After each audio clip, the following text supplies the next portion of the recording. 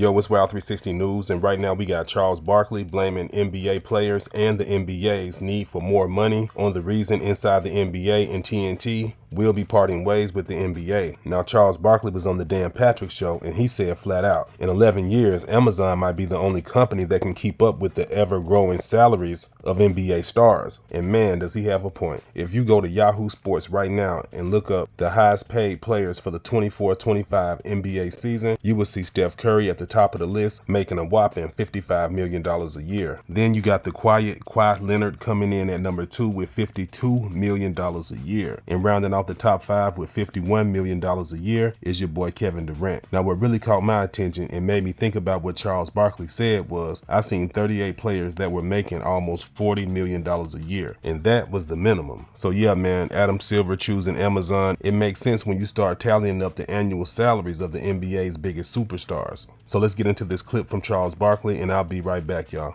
How did we get to this point?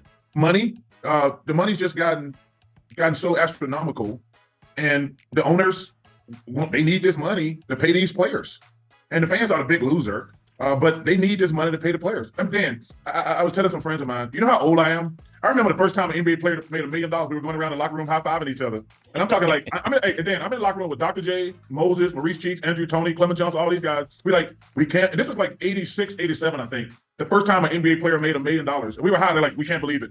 And now $1 million, that's per diem.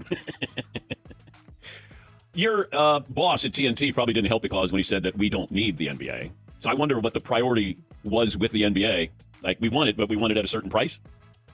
Yeah, there's been a lot of talk about that, to be honest with you. Did that have something to do with it? Not really, because we did say we would match. So yeah, but they didn't give us an opportunity. What I really think happened was, because they bought in another partner, this was a last-ditch cash grab by the NBA and the players. That's why I think they signed an 11-year deal. So they're like, hey, let's get as much money as we possibly can right now. This is going to be our last bite of the apple, because TNT, ABC, ESPN, they're not going to pay more money going forward. That's why I think they're like, hey, you know what? Let's get in bed. And I'm not playing, because I love Adam.